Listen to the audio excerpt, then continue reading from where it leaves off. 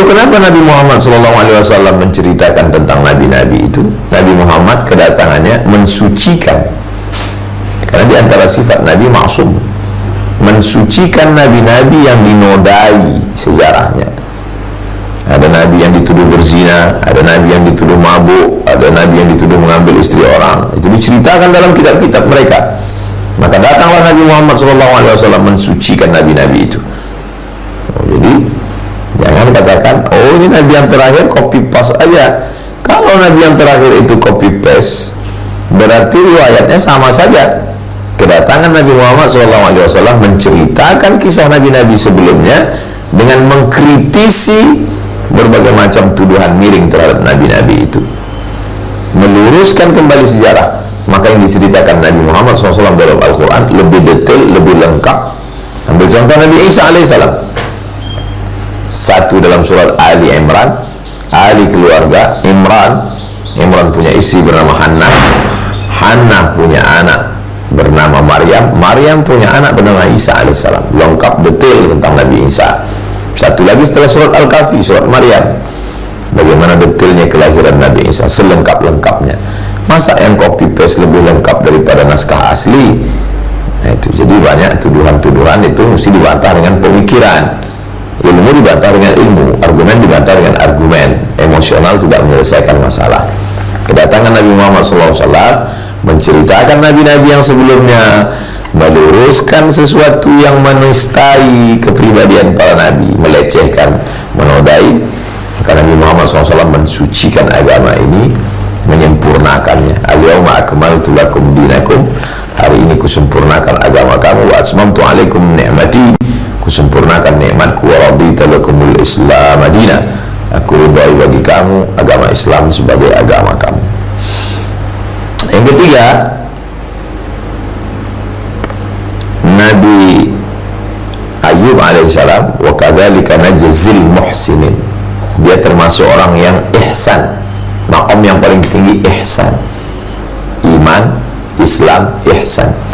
Orangnya muhsin, jamaknya muhsinun, jadi objek muhsinin.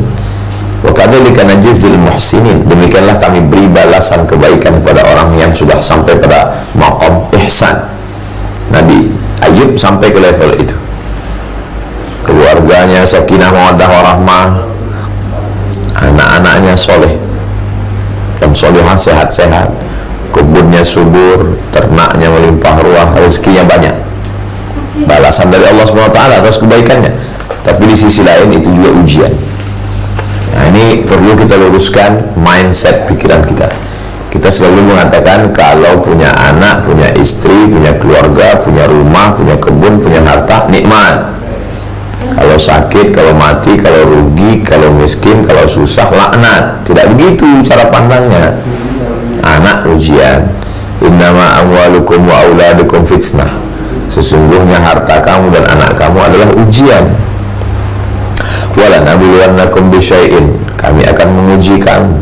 Wa balawnahum bil hasanati was sayyi'at, kami uji kamu dengan hasanat yang baik-baik. Popularitas, viral, ujian. Jadi pejabat, diberikan amanah jabatan, ujian. Jadi orang kaya, banyak harta, ujian. Ganteng, ujian. Jadi nabi-nabi itu ceritanya itu adalah ujian. Kebetulan ada anak muda dapat ganteng, ujian Nabi Yusuf alaihissalam. Kebetulan jadi raja, jadi presiden, jadi bupati, jadi camat, jadi kepala daerah, ujian Nabi Sulaiman alaihissalam. Lihatlah bagaimana Nabi Sulaiman ketika diuji dengan jabatan, tidak ada semut yang terinjak. Nabi Sulaiman jalan, dia katakan berhenti, stop. Kenapa? Karena saya dengar ada panglima semut berkata, udkhulu masakinakum, wahai semut-semut semuanya kamu masuk sarang. Kenapa? Karena pasukan Sulaiman akan datang, awas terinjak perut kamu. Jadi kalau jadi pemimpin itu amanah, hanya secuil kekuasaan yang digunakan Allah. Jangan sampai ada rumah semut yang terganggu, jangan ada perut semut yang pecah. Apalagi rumah rakyat, apalagi kampung rakyat, apalagi milik orang. Kita akan dituntut di hadapan Allah Subhanahu wa ta'ala. Jangan sampai kita ambil mata pencaharian orang, jangan sampai kita zalimi orang. Ittaquz zulma, takutlah pada perbuatan zalim. Fa zulumatun yaumil qiyamah, karena perbuatan zalim akan menjadi kegelapan pada hari kiamat. Kalau menang, kalau terpilih nikmat, kalau kalah laknat, belum tentu. Nah, jadi memahami itu dalam kacamata bingkai ini semuanya ujian. Kalau begitu cara kita memandang ujian, insya Allah kita akan selamat. Makanya saat dapat jabatan, seperti ucapan Nabi Sulaiman alaihissalam, "Hadza min fadli Rabbi," ini adalah karunia dari Tuhanku, liyabluwani, untuk menguji aku, askur, maka aku akan menjadi orang yang bersyukur, am akfur, atau justru aku menjadi orang yang kufur. Maka Nabi Ayyub alaihissalam ketika diuji dengan ujian yang begini, dia tetap menjadi muhsinin, orang yang ihsan. Apa itu ihsan? Anta'budallah ka'annaka tarah, menyembah Allah seperti seakan-akan dilihat Allah. Fa illam takun tarah, kalau tidak merasa melihat Allah, tidak bisa melihat Allah, fa innahu yarak, rasakanlah Allah melihat engkau. Ini anak titipan Allah, ini kebun titipan Allah, ini binatang ternak titipan Allah, ini istri titipan Allah. Dia tidak menjadi angkuh, tidak sombong. Ini anak saya, ini keluarga saya, karena saya hebat manajemen ekonomi, ini jabatan saya. Apa beda kita dengan orang ateis? Tidak ada Tuhan, keyakinan orang yang meyakini tidak ada Tuhan. Nauzubillah. Orang yang bertuhan, ketika dia mendapat nikmat, dia katakan, "Hadza min fadlillah," ini karunia dari Allah. Dia beliwani untuk menguji saya. Nabi Ayub tidak sedikit pun sumbing imannya. Ketika mendapatkan nikmat itu, dia tetap bersyukur, dia tetap baik, dia tetap beradab, dia tetap berakhlak, dia tetap memuji, dia tetap mengagungkan, dia tetap memuliakan Allah. Dia sadar bahwa diri dia adalah makhluk yang diciptakan, sedangkan yang menciptakan adalah Al-Khaliq, Allah Subhanahu wa ta'ala. Memahami bahwa semua kenikmatan adalah ujian. Sehat ini ujian, sakit juga ujian. Banyak orang yang lulus ujian sakit, ujian sehat banyak yang tidak lulus. Harta ujian, miskin juga ujian. Yang lulus banyak ujian miskin, pas dikasih ujian harta lupa. Kenapa si Anu itu masuk penjara? Ya korupsi. Yang korupsi itu kan orang yang punya harta. Yang korupsi kan orang yang punya jabatan. Orang yang nggak punya jabatan, apa yang mau dikorupsi? Makanya banyak ketika menjadi rakyat jelata lulus, ketika menjadi penguasa tidak lulus. Dulu waktu masih kos-kosan, tinggal di rumah kos, makan pagi nggak sarapan, pergi ke kampus meneriakkan slogan reformasi, lulus. Setelah 20 tahun berganti, zaman rezim berubah, duduk di parlemen tidak lulus. Jadi ketika jadi mahasiswa lulus, ketika berteriak unjuk rasa di jalan lulus, ketika diberikan betul tempat itu ternyata tidak lulus. Berapa banyak orang seperti itu? Ketika belum ada jabatan lulus, setelah dapat justru tidak lulus. Ketika belum ada harta lulus, sabar, zikir, sholat. Ketika sudah harta angkuh, sombong, berhenti sholat, muncul takburnya, muncul angkuhnya, muncul sombongnya. Itulah manusia. Dan ulama tidak pernah berhenti menyampaikan itu. Selama manusia itu masih berotak, berakal, berhati, berfikiran, selama di badannya itu masih mengalir darah, urat, dan nadi, jantung, ya tetap kita sampaikan. Nah, fala ta'qilun, kenapa tidak berpikir? Kecuali nanti manusia ini udah berubah jadi transformer, jadi robot semua, barulah kita berhenti, karena mereka tidak khitab. Ayat Quran, hadis itu tidak lagi kepada mereka. Yang ketiga, ujian yang diberikan Allah Subhanahu wa ta'ala kepada Nabi Ayyub alaihissalam, ujian dalam bentuk meninggal anaknya. Imannya tetap kuat, habis semua harta dengan kebun, dengan ternaknya. Menurut satu riwayat, itulah yang disebut dengan musibah likuifaksi yang terjadi beberapa tahun menimpa saudara kita yang ada di Palu. Saya sampai ke Palu membawa bantuan. Seminggu sebelum kejadian saya di Palu, sepekan setelah kejadian saya datang lagi bawa bantuan. Pohon kelapa bergeser, pohon kelapa yang ditanam orang bergeser ke tanah orang lain. Rumah-rumah bergeser 10-20 meter ke bawah, tanah itu bergerak, hilang ditelan bumi. Ternak mati, kebun kering, anak meninggal, semua anaknya meninggal, semua ternaknya mati, semua kebunnya hilang. Puncaknya adalah sakit kulit. Ada orang ketika ternak hilang sabar, ketika kebun hilang sabar, pas anak hilang error. Anak hilang, kebun hilang, ternak hilang, sabar. Karena itu ekstern, di luar diri. Tapi begitu kena di badan, mulai dia 4: anak, kebun, ternak, kulit, badan. Dia tetap tegar, tidak goncang imannya. Makanya ketika Nabi ditanya, man ashaddun nasi bala'an, siapa orang yang bala ujiannya paling keras ya Rasulullah? Kata Nabi SAW, al-anbiya, yang paling keras ujiannya adalah nabi-nabi. Semal amsal fal amsal, kemudian di bawah itu wali-wali, itu ujiannya luar biasa, diusir, dibunuh, dicaci maki, disumpah serapah. Jadi kalau kita lihat sebagai ulama-ulama bagaimana ujiannya, Hadratus Syekh Hasyim Asy'ari, bacalah biografinya, bagaimana ditangkap dalam perjuangan Panglima Besar Jenderal Sudirman, tuduhan dan sesat terhadap Kiai Haji Ahmad Dahlan menghadapi tahayul bid'ah dan khurafat, bagaimana yang dihadapi oleh ulama sebelum itu Syekh Yusuf Al-Makassari, bagaimana Syekh Abu Saman Al-Falembani meninggal ketika mendengar berita bahwa saudara-saudara di Kedah, Malaysia diserang oleh pasukan Siam Thailand, terbang langsung ke sana, bukan terbang naik pesawat, melewati laut Sumatera, menyeberang Selat Malaka sampai ke Semenanjung, berperang, meninggal, makamnya di Patani, Thailand. Menulis kitab Fadailul Jihad, beliau orang tasawuf, tarekat Samaniyah, seorang mursyid, faqih. Nah, ini adalah bagian dari ujian yang diberikan Allah Subhanahu wa Ta'ala. Nabi Ayub alaihissalam, kedua-dua ujian itu dia hadapi, dia lulus dua-duanya. Ada orang diuji miskin lulus, uji kaya nggak lulus.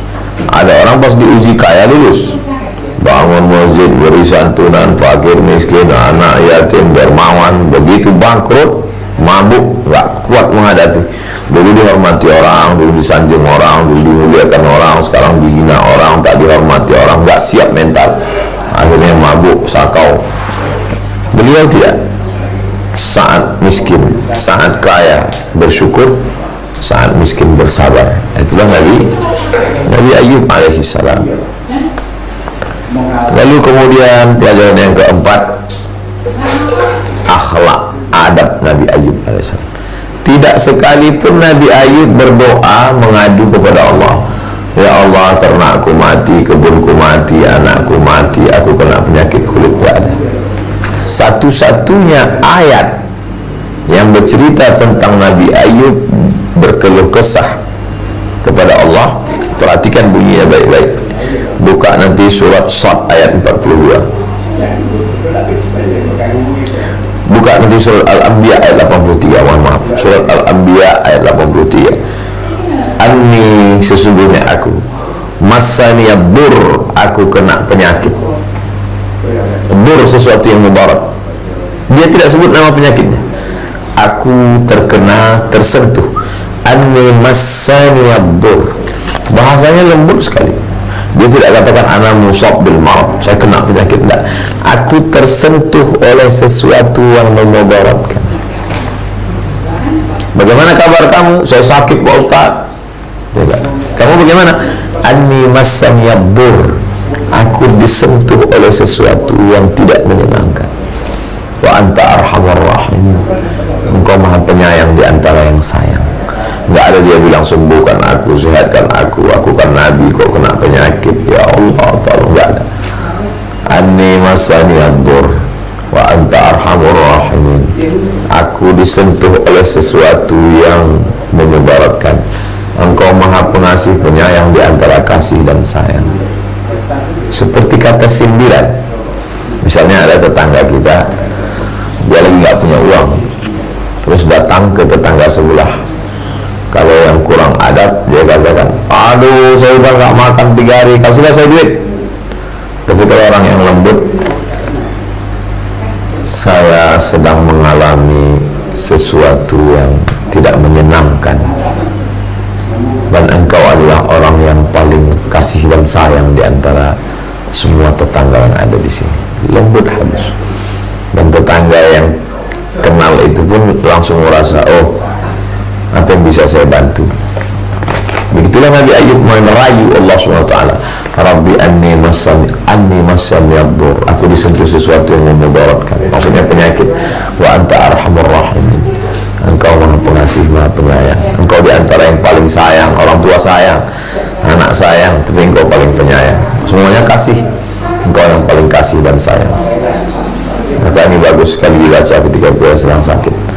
Anni masani ad-durru wa anta arhamur rahimin. Anni masani ad-durru wa anta arhamur rahimin. Anni masani ad-durru wa anta arhamur rahimin. Yang kelima, Nabi Ayub alaihissalam diberikan Allah Subhanahu wa ta'ala jawaban bagaimana seorang laki-laki jatuh cinta dengan perempuan, mengirimkan surat pendek. Suratnya itu direspon. Oh, itu luar biasa itu. Mimpi kita ketemu Habib, orang yang selama ini ingin kita ketemu, itu seakan-akan direspon gitu. Keinginan kita itu direspon. Atau kita menzikirkan suatu doa, tiba-tiba malam itu kita mimpi, itu senangnya luar biasa. Kenapa? Karena ada respon. Saya dari dulu selalu membaca Bismillahirrahmanirrahim, la yadurru ma'asmi syai'un fil ardi wa la fis sama. Bismillahirrahmanirrahim, la yadurru ma'asmi syai'un fil ardi wa la fis sama. Saya yakin doa itu mustajab, karena doa itu dari Allah, dari Rasulullah SAW, sampaikan dari guru-guru sampai ke kita. Sampai suatu malam saya tidur, bangunnya mimpi. Setelah bangun saya sadar, dalam tidur itu saya sedang dikejar orang kafir mengejar saya. Dikejar-kejarnya, saya bawa golok panjang, saya cabut golok saya tebaskan ke kepala orang yang mengejar saya. Itu gundul, botak, saya tebaskan ke kepalanya seperti menebas besi ketemu dengan besi, ting ting, kepalanya nggak apa-apa. Sampai akhirnya saya bacakan Bismillahirrahmanirrahim, la yadurru ma'asmihi syai'un fil ardi wa la fis sama' wa huwa samiul alim. Pus, berdarah kepalanya. Saya bacakan lagi Bismillahirrahmanirrahim, la yadurru ma'asmihi syai'un fil ardi wa la fis sama' wa huwa samiul alim. Berdarah kepalanya. Bismillahirrahmanirrahim, la yadurru ma'asmihi syai'un fil ardi wa la fis sama' wa huwa samiul alim. Berdarah kepalanya, dia tumbang jatuh. Saya terbangun. Begitu dahsyatnya doa Bismillahirrahmanirrahim, la yadurru ma'asmihi syai'un. Orang yang kebal, yang nggak mempan kena pedang, kalau dibacakan itu pecah juga kepalanya, luka. Mimpi itu sangat jelas, nampak saya orang itu mengejar saya, matanya, kulitnya, wajahnya, nampak saya gundulnya itu nggak mempan. Begitu setelah dibacakan Bismillahirrahmanirrahim, ujung pedang itu kena ke kepalanya, berdarah dan dia tumbang jatuh. Mimpi juz'un min ajza'in nubuwah, kenabian sudah tak ada lagi. Tapi jangan lupa Nabi Ibrahim ketika menyembelih anaknya itu melalui mimpi. Ya bunayya, wahai anakku, inni ara fil manam, aku lihat dalam mimpi, anni azbahuka, aku menyembelih lehermu, melalui mimpi. Nabi pertama tanda-tanda kenabian itu mislu falaqis subhi, seperti waktu subuh yang terang benderang, itu melalui mimpi. Nah, jadi kalau kita sebelum tidur berwudu, berzikir, berselawat, datang sesuatu etibar yang baik, respon dari Allah SWT dia kirimkan melalui mimpi. Mimpi itu bagi tiga. Yang pertama, mimpi dari syaitan, namanya waswasah. Yang kedua, mimpi dari malaikat yang dikirimkan oleh Allah, namanya ilham. Mimpi yang ketiga adalah ad'asu ahlam, bunga-bunga tidur. Jadi sebelum tidur atau siang itu mikirkan sesuatu, terekam dalam bawah sadar, pas tidur dia rekamannya terulang lagi. Makanya pikirkanlah yang baik, ucapkanlah yang baik, renungkanlah yang baik, supaya terbawa ke dalam tidur juga yang baik-baik. Nabi Ayub, respon yang diberikan Allah langsung, apa kata Allah? Urkud birijlika, injakkan kakimu, tumitmu ke tanah. Hadza mughtasalun, memancar air. Mughtasalun, engkau mandi di situ. Baridun, airnya sejuk dingin. Wa syarabun, diminum, dimandikan. dididihkan airnya, lalu kemudian diminum, sehat walafiat. Nabi Ayub kembali semula, kulit-kulitnya semua sehat walafiat. Dan yang paling setia menemaninya adalah istrinya, Rahmah. Makanya di antara doa Pak Kuah setelah akad nikah, Allahumma arham bainahuma kama rahimta baina Ayyub wa Rahmah. Ya Allah, buat dua pasangan laki-laki perempuan yang baru menikah ini memiliki kasih sayang sebagaimana kasih sayang Nabi Ayub dan Siti Rahmah. Makanya kesabaran yang paling puncak adalah sabar Ayub.